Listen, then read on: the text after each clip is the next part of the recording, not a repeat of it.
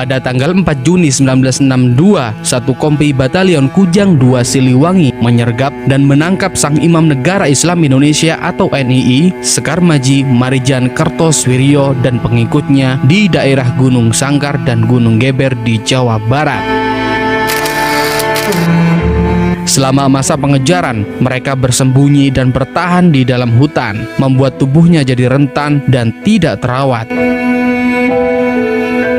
Saat tertangkap, dia diserang berbagai penyakit, badannya kurus, rambutnya dan kumisnya pun memutih. Dia terlihat lebih tua dibanding usianya yang pada saat itu dia berusia 57 tahun.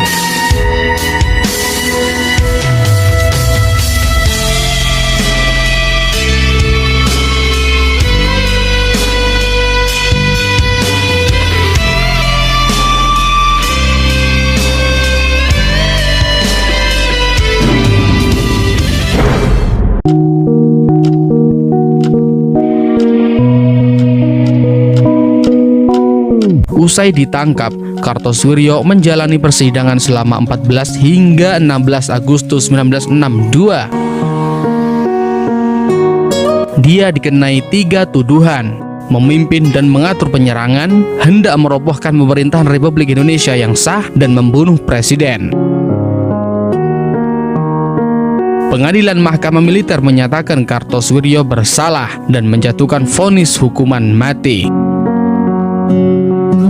Upaya terakhir Kartoswiryo yaitu meminta gerasi kepada Soekarno, namun gerasi itu gagal. Presiden Soekarno menolak gerasinya, dia pun harus menjalani takdirnya.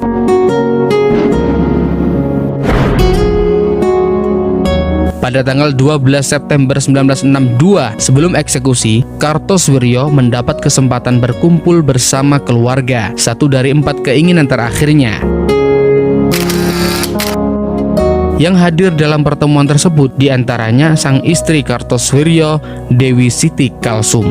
Hadir pula kelima anaknya, Tahmid Basuki Rahmat, Dodo Muhammad Darda, Kartika Komalasari, dan Danti.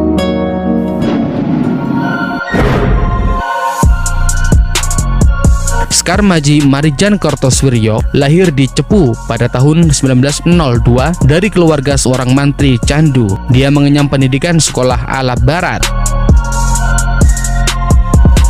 Dia ternyata pernah jadi editor di koran Fajar Asia di Surabaya.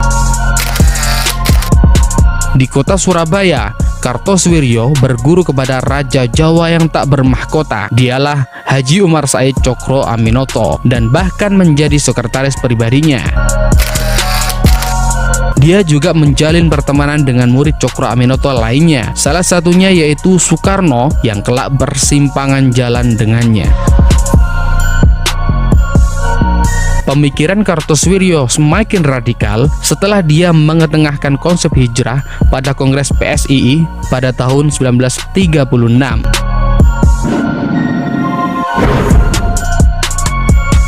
Saat Jepang menjajah ke Indonesia, Kartoswiryo bergabung dengan Majelis Islam A'ala Indonesia atau MIAI dan di Jawa Hokokai. Bahkan Kartoswiryo juga aktif membina gerilyawan-gerilyawan di sekitar Banten dan memimpin sebuah laskar Hizbullah yang berbasis di Malangbong.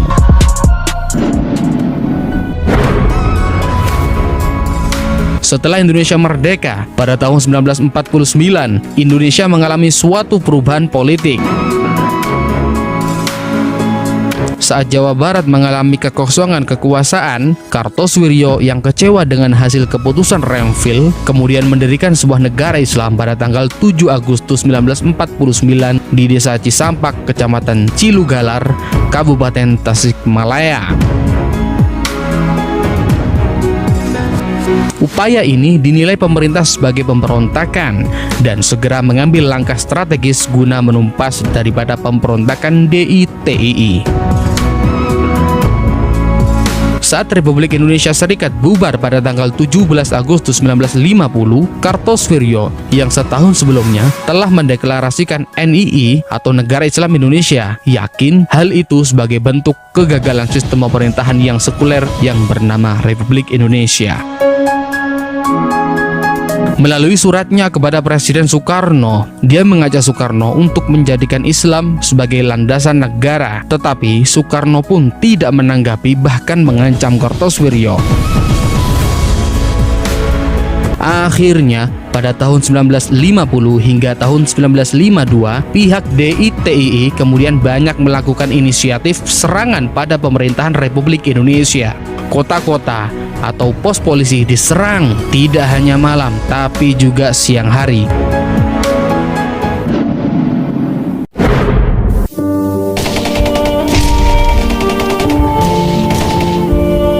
Butuh waktu sebelum akhirnya gerakan DITII dapat dilumpuhkan oleh TNI, dan Kartosoewirjo pun berhasil dibekuk oleh TNI.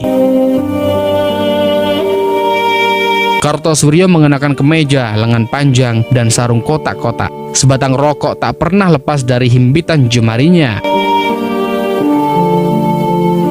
Di pertemuan itu, dia dan keluarganya bersantap siang. Bila sang istri dan anak-anaknya melahap menu daging randang khas Padang yang disajikan, Kartosoewirjo enggan memakannya. Usai santap siang, mereka bersendu gurau. Anak-anak Kartosoewirjo terlihat begitu tabah ketika militer meminta ayahnya memberikan pesan terakhir buat keluarganya. Kartosoewirjo pun berpikir sejenak dan lalu berbicara kepada keluarga. "Saya tidak takut. Waktu itu usia saya baru 5 tahun. Tidak ada pesan penting yang disampaikan Bapak waktu itu. Karena pertemuan itu kan juga dijaga sama tentara," kata Kartosoewirjo.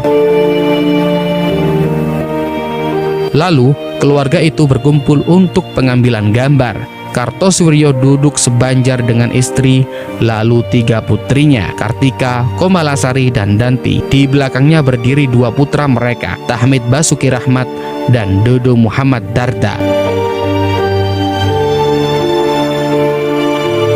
Usai pertemuan, Kartosoewirjo melakukan sholat taubat. Setelah itu, seorang tentara, mungkin seorang imam dari seksi kerohanian TNI, memberikan wejangan. Kartosoewirjo menyimaknya dengan memejamkan mata.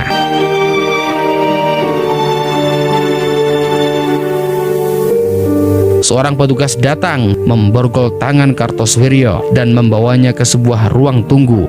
Di ruang tunggu yang lebih mirip gudang itu, Kartosoewirjo masih sempat menikmati sebatang rokok sebelum mobil tahanan membawanya menuju kapal PGM.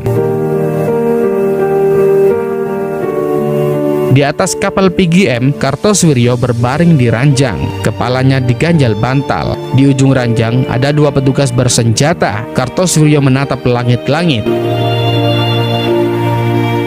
Tidak lama kemudian, dia dibawa petugas untuk pindah ke kapal LCM, kapal yang membawa dirinya ke Pulau Ubi, Kepulauan Seribu, tempat dia dieksekusi dan dimakamkan.